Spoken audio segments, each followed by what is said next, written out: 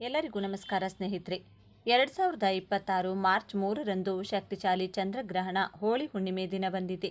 ಈ ಚಂದ್ರಗ್ರಹಣದ ವೇಳೆ ಏನು ಮಾಡಬೇಕು, ಏನು ಮಾಡಬಾರದು, ಗ್ರಹಣದ ಎಫೆಕ್ಟ್ ಎಷ್ಟಿರುತ್ತದೆ, ರಕ್ತ ಬಣ್ಣವಾಗ್ತಾನ ಚಂದ್ರ, ಇದು ಅಪಾಯವೇ, ಯಾರಿಗೆ ಲಾಭ, ಶುರು ಎಲ್ಲಿಂದ ಅಂತ್ಯ ಎಲ್ಲಿ, ಎಲ್ಲೆಲ್ಲಿ ಗೋಚರಿಸುತ್ತದೆ ಗ್ರಹಣ ಅನ್ನೋದ್ರ ಫುಲ್ ಡೀಟೇಲ್ಸ್ ನೋಡೋಣ ಬನ್ನಿ. ಗ್ರಹಣ ಬಂತು ಅಂದರೆ ಸಾಕು, ಕೆಲವರಿಗೆ ಭಯ, ಇನ್ನು ಕೆಲವರಿಗೆ ಕುತೂಹಲ, ಕೆಲವರು ಶಾಸ್ತ್ರದಲ್ಲಿ ಹೇಳಿದ್ದ ಸಂಪ್ರದಾಯ ಪಾಲನೆ ಮಾಡಿದರೆ ಇನ್ನೂ ಕೆಲವರು ಅದೆಲ್ಲ ಮೂಢನಂಬಿಕೆ ಅಂತ ತಳ್ಳಿ ಹಾಕ್ತಾರೆ. ಅಷ್ಟಕ್ಕೂ ನಾವು ಗ್ರಹಣಗಳ ಬಗ್ಗೆ ಮಾತನಾಡುವುದಕ್ಕೆ ಕಾರಣ ಮಾರ್ಚ್ 3ರಂದು ಭಾರತದಲ್ಲಿ ಕಾಣಿಸಿಕೊಳ್ಳಲಿರೋ ಚಂದ್ರಗ್ರಹಣ. ಸೂರ್ಯಗ್ರಹಣ ಆಗಿರಲಿ, ಚಂದ್ರಗ್ರಹಣವಾಗಿರಲಿ, ಗ್ರಹಣ ಅಂದ್ರೇನೆ ಒಂದು ರೀತಿಯ ಭಯ ಮನೆ ಮಾಡಿರುತ್ತದೆ.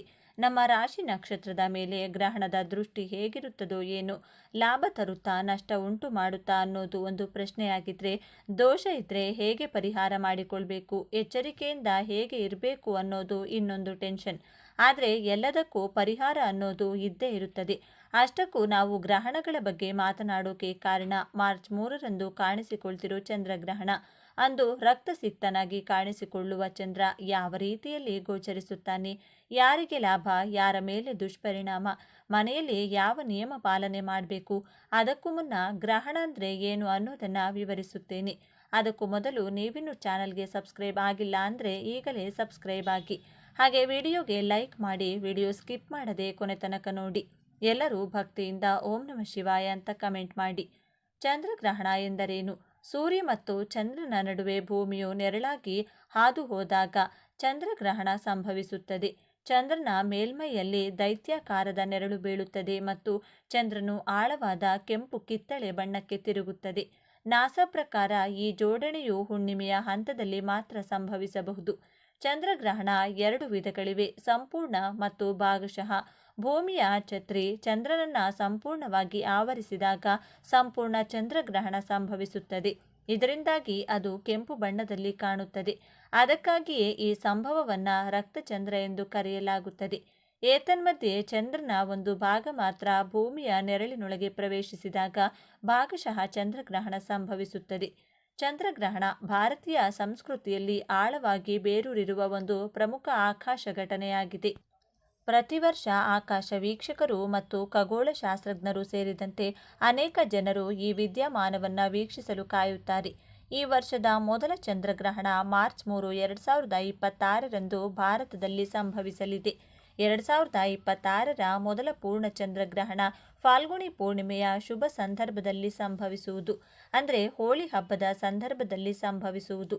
ಈ ಗ್ರಹಣವು 2026ರ ಮಾರ್ಚ್ 3ರ ಮಧ್ಯಾಹ್ನ 2:17ಕ್ಕೆ ಪ್ರಾರಂಭವಾಗಲಿದ್ದು ಸಂಜೆ 7:53ಕ್ಕೆ ಕೊನೆಗೊಳ್ಳಲಿದೆ. ಈ ಚಂದ್ರಗ್ರಹಣವು ಕುಂಭ ರಾಶಿಯಲ್ಲಿ ಸಂಭವಿಸುವುದು. ಚಂದ್ರಗ್ರಹಣಕ್ಕೂ ಮುನ್ನ ನೀವೇನು ಮಾಡಬೇಕು, ಊಟ, ನಿದ್ರೆ, ಪೂಜೆ ಬಗ್ಗೆ ಶಾಸ್ತ್ರ ಏನು ಹೇಳುತ್ತದೆ? ಗ್ರಹಣ ಬರುತ್ತೆ ಅಂದರೆ ಸಾಕು, ಮಹಿಳೆಯರಿಗೆ ಟೆನ್ಷನ್ ಶುರುವಾಗುತ್ತದೆ. ಊಟ ಮಾಡಬೇಕೋ ಬೇಡವೋ, ಮಾಡೋದಾದರೆ ಎಷ್ಟು ಗಂಟೆಯೊಳಗೆ ಮಾಡ್ಕೊಳ್ಬೇಕು ಅನ್ನೋದೇ ದೊಡ್ಡ ಪ್ರಶ್ನೆಯಾಗಿರುತ್ತದೆ. ಆದರೆ ನಾವು ಉತ್ತರ ಕೊಡ್ತೀವಿ. ನೀವೇನು ಮಾಡಬೇಕು ಅಂದರೆ ಮಧ್ಯಾಹ್ನ 1 ಗಂಟೆಗೂ ಮುನ್ನ ಊಟ ಮಾಡಿದರೆ ಒಳ್ಳೆಯದು. ಅನಾರೋಗ್ಯದವರು, ಆಸಕ್ತರು ಆಹಾರ ಸೇವಿಸಬಹುದು.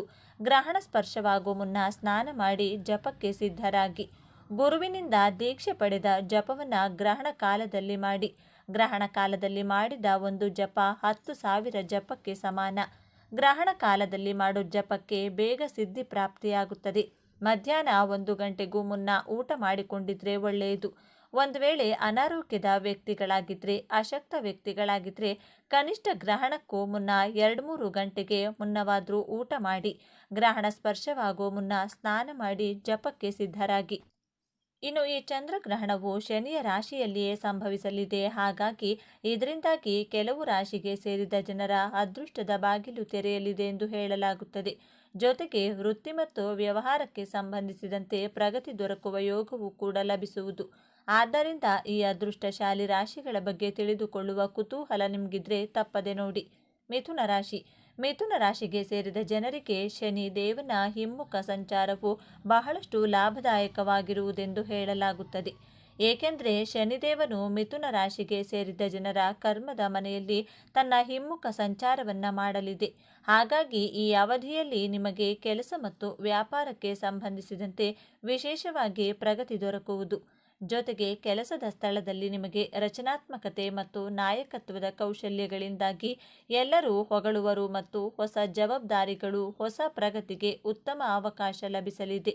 ಹೊಸ ಯೋಜನೆಯನ್ನು ಶುರು ಮಾಡಬೇಕೆಂದಿರುವ ಮಿಥುನ ರಾಶಿಗೆ ಸೇರಿದ ಜನರಿಗೆ ಅಥವಾ ನಾಯಕತ್ವವನ್ನು ವಹಿಸಬೇಕೆಂದಿರುವವರಿಗೆ ಈ ಅವಧಿಯು ಬಹಳಷ್ಟು ಅನುಕೂಲಕರವಾಗಿರಲಿದೆ. ಜೊತೆಗೆ ಈ ಅವಧಿಯಲ್ಲಿ ವ್ಯಾಪಾರವನ್ನು ಮಾಡುವ ಮಿಥುನ ರಾಶಿಗೆ ಸೇರಿದ ಜನರಿಗೆ ಉತ್ತಮ ಲಾಭ ದೊರಕುವ ಸಂಭವ ಹೆಚ್ಚಾಗಿರುವುದು. ಇದರೊಂದಿಗೆ ಹೊಸ ವ್ಯಾಪಾರವನ್ನು ಶುರು ಮಾಡಬೇಕೆಂದಿರುವ ಮಿಥುನ ರಾಶಿಗೆ ಸೇರಿದ ಜನರಿಗೆ ಶನಿದೇವನ ಈ ಸಂಚಾರದಿಂದಾಗಿ ಬಹಳಷ್ಟು ಅನುಕೂಲಗಳಾಗಲಿವೆ. ಶಿಕ್ಷಣಕ್ಕೆ ಸಂಬಂಧಿಸಿದ ಕಾರ್ಯಗಳಲ್ಲಿ ಸಕಾರಾತ್ಮಕ ಫಲಿತಾಂಶಗಳು ದೊರಕುತ್ತವೆ. ಕುಟುಂಬ ಜೀವನದಲ್ಲಿ ಸಂತೋಷ ಹೆಚ್ಚಾಗುತ್ತದೆ. ನಿಮ್ಮ ಅಪೂರ್ಣ ಕೆಲಸಗಳೆಲ್ಲವೂ ಈ ಅವಧಿಯಲ್ಲಿ ಯಶಸ್ವಿಯಾಗುವ ಸಂಭವ ಸಾಕಷ್ಟು ಹೆಚ್ಚಾಗಿರುವುದು. ವ್ಯಾಪಾರದಲ್ಲಿ ಬರುವ ಆಚರಣೆಗಳು, ಅಡಚಣೆಗಳು ದೂರವಾಗುತ್ತವೆ. ಮಿಥುನ ರಾಶಿಗೆ ಸೇರಿದ ಜನರಿಗೆ ಉದ್ಯೋಗ ಮತ್ತು ಕೆಲಸದಲ್ಲಿ ಅಭಿವೃದ್ಧಿ ದೊರಕುವ ಅವಕಾಶಗಳು ಸಾಕಷ್ಟು ಹೆಚ್ಚಾಗಿರುವುದು. ವೃಶ್ಚಿಕ ರಾಶಿ. ಶನಿದೇವನ ಹಿಮ್ಮುಖ ಸಂಚಾರವು ವೃಶ್ಚಿಕ ರಾಶಿಗೆ ಸೇರಿದ ಜನರಿಗೆ ಸಾಕಷ್ಟು ಸಕಾರಾತ್ಮಕ ಫಲಿತಾಂಶವನ್ನು ಪಡೆಯುವಂತೆ ಮಾಡಲಿದೆ. ಏಕೆಂದರೆ ಶನಿದೇವನು ನಿಮ್ಮ ರಾಶಿಯ 5ನೇ ಮನೆಯಲ್ಲಿ ತನ್ನ ಹಿಮ್ಮುಖ ಸಂಚಾರವನ್ನು ಮಾಡಲಿದ್ದಾನೆ. ಹಾಗಾಗಿ ಈ ಸಮಯದಲ್ಲಿ ನಿಮಗೆ ಮಕ್ಕಳಿಗೆ ಸಂಬಂಧಿಸಿದಂತೆ ಶುಭ ಸುದ್ದಿ ದೊರಕುವ ಸಾಧ್ಯತೆ ಬಹಳಷ್ಟು ವೃದ್ಧಿಯಾಗುವುದು.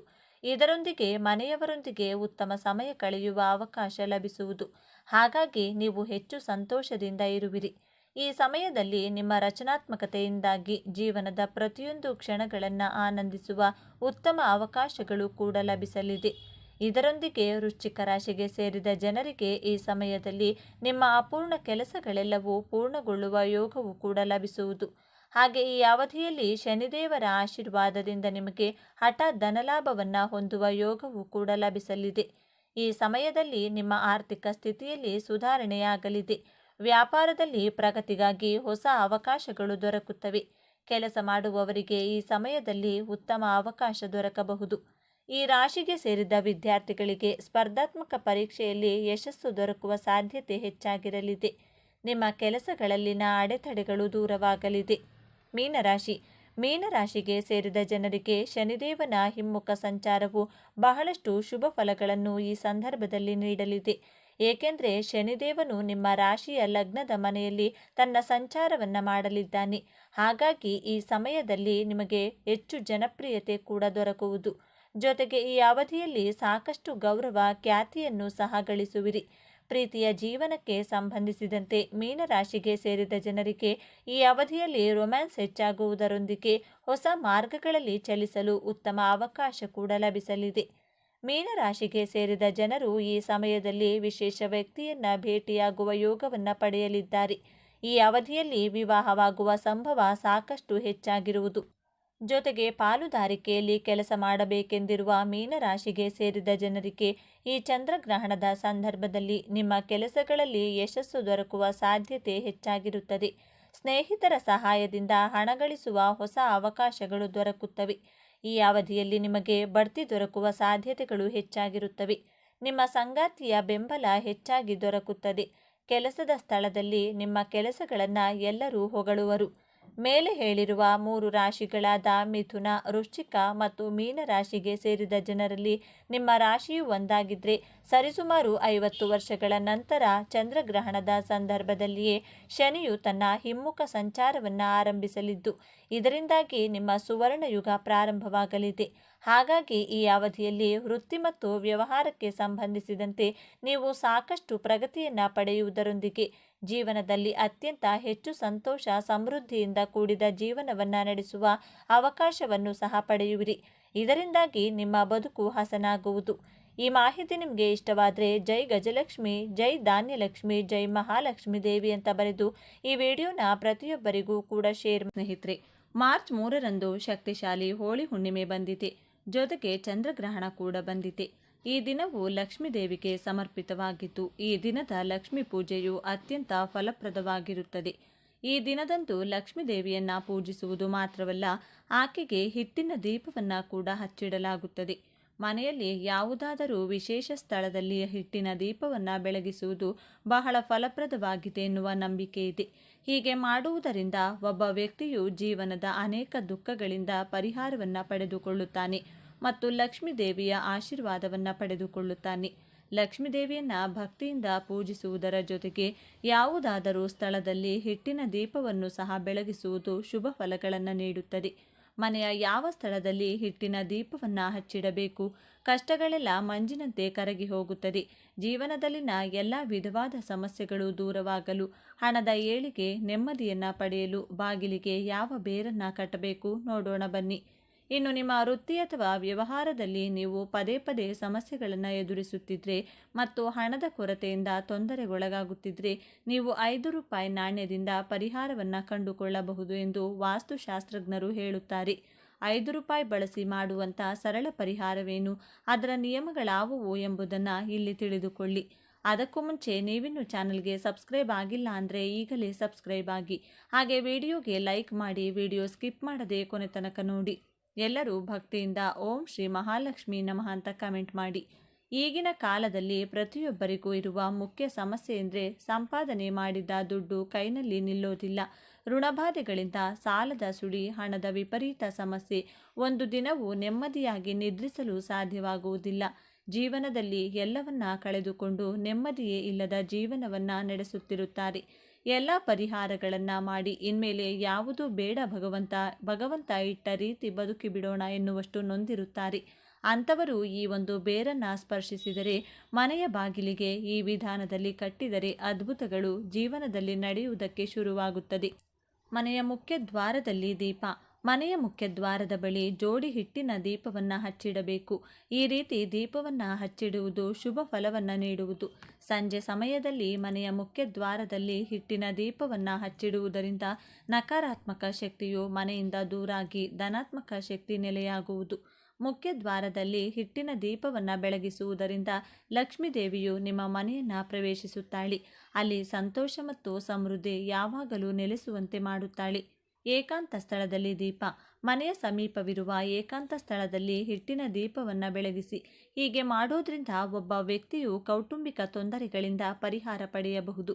ಮನೆಯಲ್ಲಿ ಸಂತೋಷ ಮತ್ತು ಶಾಂತಿ ಉಳಿಯುವುದು.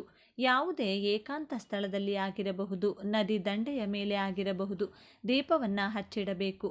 ಹೀಗೆ ಮಾಡೋದ್ರಿಂದ ಮನೆಯಿಂದ ನಕಾರಾತ್ಮಕತೆ ದೂರವಾಗುತ್ತದೆ ಮತ್ತು ಲಕ್ಷ್ಮೀ ದೇವಿಯ ಆಶೀರ್ವಾದವು ಕುಟುಂಬ ಸದಸ್ಯರ ಮೇಲೆ ಉಳಿಯುತ್ತದೆ. ತುಳಸಿ ಗಿಡದ ಬಳಿ ದೀಪ. ಲಕ್ಷ್ಮೀ ದೇವಿಯನ್ನು ಪೂಜಿಸುವುದರ ಜೊತೆಗೆ ಸಂಜೆ ತುಳಸಿ ಗಿಡದ ಬಳಿ ಹಿಟ್ಟಿನ ದೀಪವನ್ನು ಸಹ ಬೆಳಗಿಸಬೇಕು ಎನ್ನುವ ನಂಬಿಕೆ ಇದೆ. ನಂಬಿಕೆಗಳ ಪ್ರಕಾರ ಲಕ್ಷ್ಮೀ ದೇವಿಯು ತುಳಸಿಯನ್ನು ವಾಸಿಸುತ್ತಾಳೆ. ಅಂತಹ ಪರಿಸ್ಥಿತಿಯಲ್ಲಿ ನೀವು ತುಳಸಿ ಗಿಡದ ಮುಂದೆ ಹಿಟ್ಟಿನ ದೀಪವನ್ನು ಇಟ್ಟರೆ ಲಕ್ಷ್ಮೀ ದೇವಿಯು ಸಂತೋಷವಾಗುತ್ತಾಳೆ ಮತ್ತು ಆಕೆಯ ಕೃಪೆಯು ಆ ವ್ಯಕ್ತಿಯ ಮೇಲೆ ಉಳಿಯುವಂತೆ ಮಾಡುತ್ತಾಳೆ. ಹಿಟ್ಟಿನ ದೀಪವನ್ನು ಬೆಳಗಿಸೋದ್ರಿಂದ ಲಕ್ಷ್ಮಿ ಹಾಗೂ ವಿಷ್ಣುವಿನ ಕೃಪೆಯನ್ನು ಪಡೆಯಬಹುದು.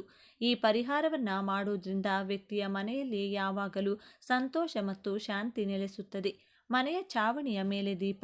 ಮನೆಯ ಚಾವಣಿಯ ಮೇಲೆ ಹಿಟ್ಟಿನ ದೀಪವನ್ನು ಹಚ್ಚಿಡಬೇಕು. ಮನೆಯ ಚಾವಣಿಯ ಮೇಲೆ ಹಿಟ್ಟಿನ ದೀಪವನ್ನು ಹಚ್ಚಿಡೋದ್ರಿಂದ ವ್ಯಕ್ತಿಯ ಆಸೆಗಳೆಲ್ಲವೂ ಈಡೇರುವುದು. ಕೌಟುಂಬಿಕ ಸಮಸ್ಯೆಗಳು ಪರಿಹಾರವಾಗುವುದು. ಹೀಗೆ ಮಾಡೋದ್ರಿಂದ ಕೌಟುಂಬಿಕ ಸಾಮರಸ್ಯವನ್ನು ಕಾಪಾಡಿಕೊಳ್ಳಬಹುದು. ಮನೆಯಲ್ಲಿನ ನಕಾರಾತ್ಮಕ ಶಕ್ತಿಯು ದೂರವಾಗುವುದು. ಲಕ್ಷ್ಮಿಯ ಮುಂದೆ ಹಿಟ್ಟಿನ ದೀಪ. ಲಕ್ಷ್ಮೀ ದೇವಿಯನ್ನು ಪೂಜಿಸುವುದು ಹಿಂದೂ ಧರ್ಮದ ಪ್ರಕಾರ ಅತ್ಯಂತ ಪ್ರಶಸ್ತವಾಗಿದೆ.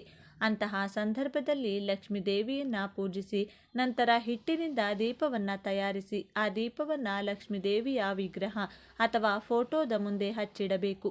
ಈ ರೀತಿ ದೀಪವನ್ನು ಹಚ್ಚಿಡೋದ್ರಿಂದ ಮನೆಯಲ್ಲಿ ಸಂತೋಷ ತುಂಬಿರುತ್ತದೆ, ದುಃಖಗಳು ದೂರವಾಗುತ್ತದೆ ಮತ್ತು ಹಣಕಾಸಿನ ಸಮಸ್ಯೆಗಳಿಂದ ಪರಿಹಾರ ದೊರೆಯುತ್ತದೆ. ಮನೆಯ ಬಾಗಿಲಿಗೆ ಈ ಶಕ್ತಿಯುತ ಬೇರನ್ನು ಕಟ್ಟಬೇಕು. ಈ ಬೇರು ಯಾವುದೆಂದರೆ ಆಲದ ಮರದ ಬೇರು.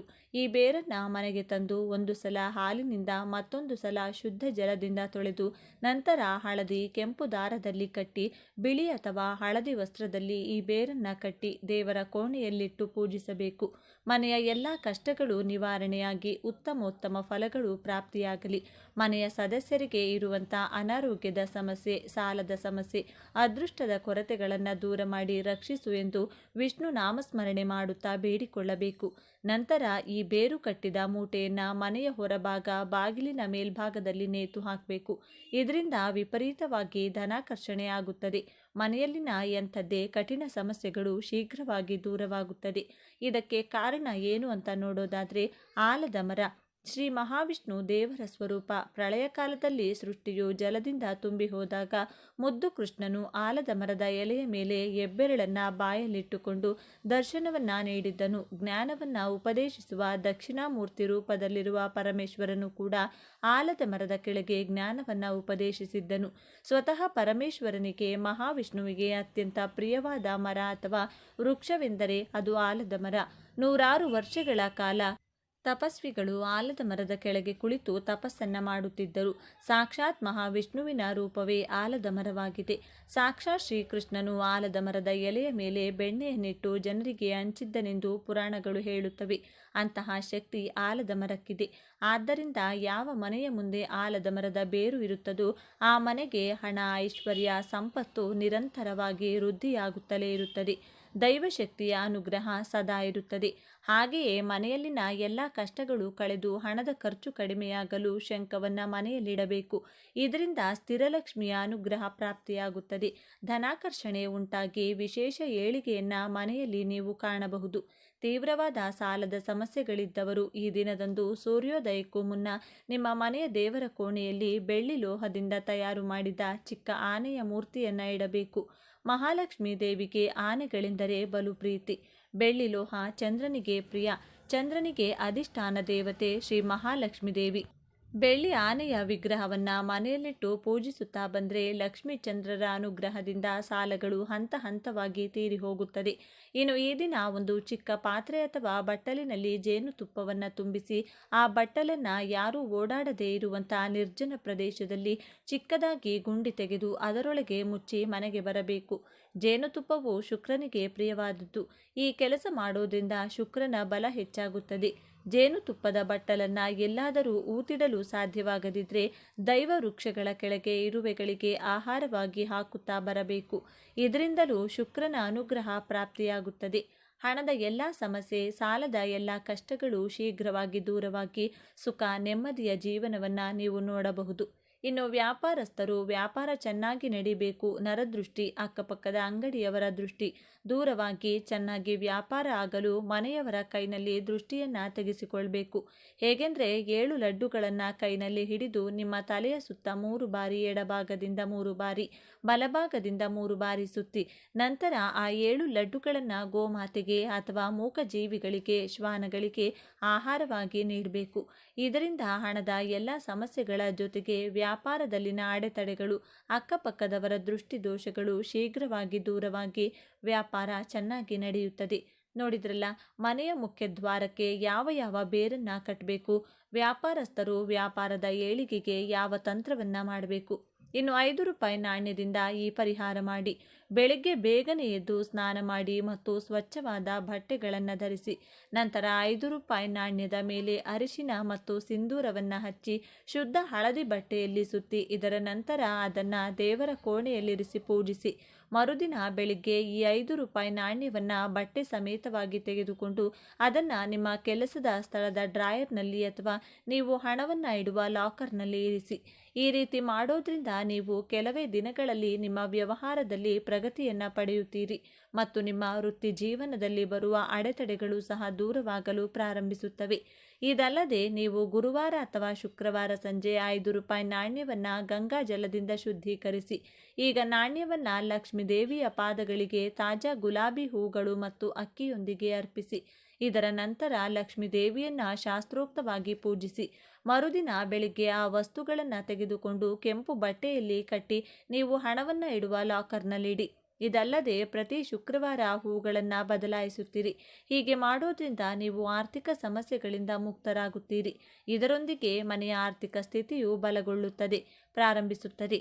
ಈ ಮಾಹಿತಿ ನಿಮಗೆ ಇಷ್ಟವಾಗಿದ್ದರೆ ತಪ್ಪದೆ ವಿಡಿಯೋನ ಪ್ರತಿಯೊಬ್ಬರಿಗೂ ಕೂಡ ಶೇರ್ ಮಾಡಿ. ಎಲ್ಲರೂ ಭಕ್ತಿಯಿಂದ ಓಂ ನಮಃ ಶಿವಾಯ ಅಂತ ಕಮೆಂಟ್ ಮಾಡಿ. ಧನ್ಯವಾದಗಳು.